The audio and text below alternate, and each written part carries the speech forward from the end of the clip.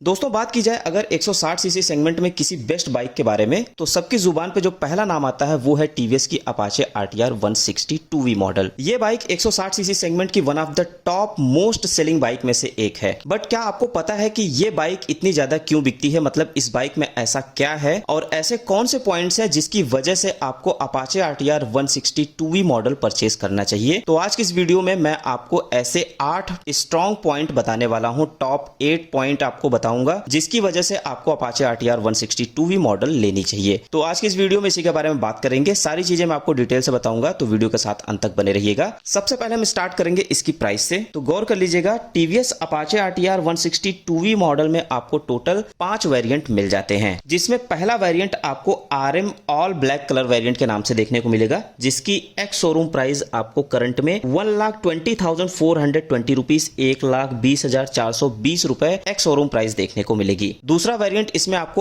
RM drum variant के नाम से देखने को मिलेगा, जिसमें आपको ड्रम ब्रेक मिलता है। उसकी एक शोरूम प्राइस आपको 1,21,220 रुपीज 1,21,220 रुपए मिलेगी। तीसरा वेरिएंट आपको RM डिस्क वेरिएंट मिलेगा, जिसमें आपको डिस्क ब्रेक मिल जाता है। इसकी एक शोरूम प्राइस आपको करंट में 1,24,720 रुपीज 1,24,720 रुपए मिलेगी एक शोरूम प्राइस। चौथा वेरिएंट आपको डिस्क विद BT मॉडल देखने को मिलेगा, जिसमें ब्लूटूथ कनेक्टिविटी आपको मिलती है। उसकी एक शोरूम प्राइस आपको 1,28,020 रुपीज 1,28,020 रुपए एक शोरूम प्राइस आपको मिलेगी। और पांचवा वेरिएंट जो कि रिसेंटली लॉन्च किया गया है, टॉप मॉडल रेसिंग एडिशन, जिसकी एक शोरूम प्राइस आपको 1,29,520 रुपीज देखने को मिल जाएगी 1,29,520 रुपए करंट में एक शोरूम प्राइस आपको मिल जाएगी। तो ये जितने भी वेरिएंट्स हैं सबका रिव्यू हम ऑलरेडी कर चुके हैं, वीडियो चैनल पे उपलब्ध है। आप चैनल विजिट कीजिएगा, वहां प्लेलिस्ट में जाके आप टीवीएस बाइक के प्लेलिस्ट को ओपन करिएगा, उसमें आपको सारी वीडियोस मिल जाएंगी। तो जो पहला पॉइंट है वो इसके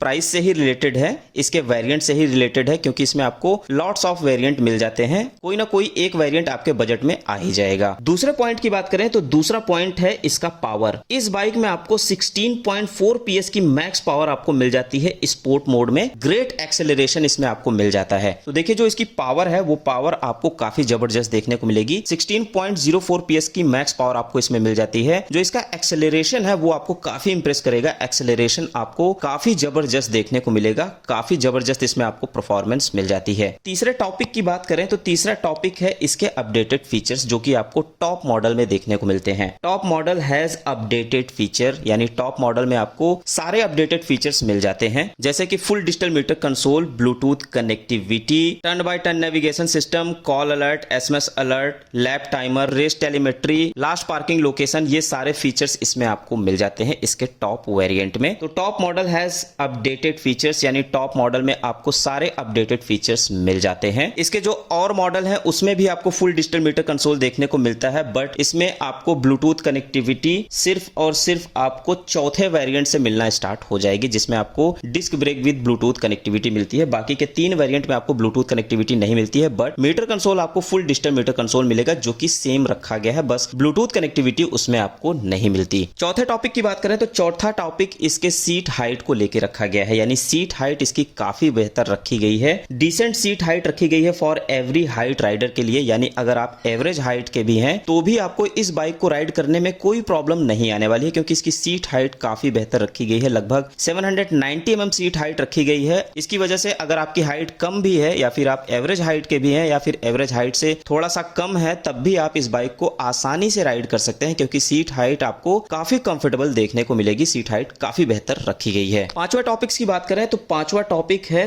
best for daily commuter and family and ladies, यानी इस बाइक का जो डिजाइन है और जो परफॉर्मेंस है वो डेली कम्यूटर के हिसाब से भी काफी बेहतर है, और ये फैमिली बाइक की तरह भी आप इसे यूज कर सकते हैं। है तो ये एक स्पोर्ट बाइक, बट आप इसे फैमिली के लिए भी यूज कर सकते हैं। उसकी वजह यह है कि स्पोर्ट बाइक्स में ज्यादातर जो पिलियन सीट होती है वो काफी अग्रेसिव रखी जाती है, काफी ज्यादा ऊंची रखी जाती है, बट इस बाइक की जो सीट हाइट है पिलियन राइडर की, वो आपको सिंगल सीट आपको मिलती है, बट जो सीट की हाइट है, पिलियन राइडर की सीट की हाइट जो है वो बहुत ज्यादा अग्रेसिव नहीं रखी गई है, काफी कंफर्टेबल सीट रखी गई है। डेली कम्यूटर के हिसाब से भी आप इसे ले सकते हैं, चला सकते हैं, फन टू राइड आपको मिलेगा, और फैमिली पर्पस से भी आप इस बाइक को ले सकते हैं। आप इस पे घर की महिलाओं को भी बैठा के आराम से सफर कर सकते हैं, लॉन्ग डिस्टेंस तक भी जा सकते हैं। फैमिली के हिसाब से भी ये बाइक काफी परफेक्ट है, और डेली कम्यूटर के हिसाब से भी काफी परफेक्ट है, और स्पोर्ट के हिसाब से भी ये काफी ज्यादा परफेक्ट बाइक हो जाती है, जो कि एक स्ट्रॉन्ग रीजन है इस बाइक के टॉप सेलिंग बाइक होने का। छठवें टॉपिक की बात करें तो जो छठवां टॉपिक है वो है good resale value in UP.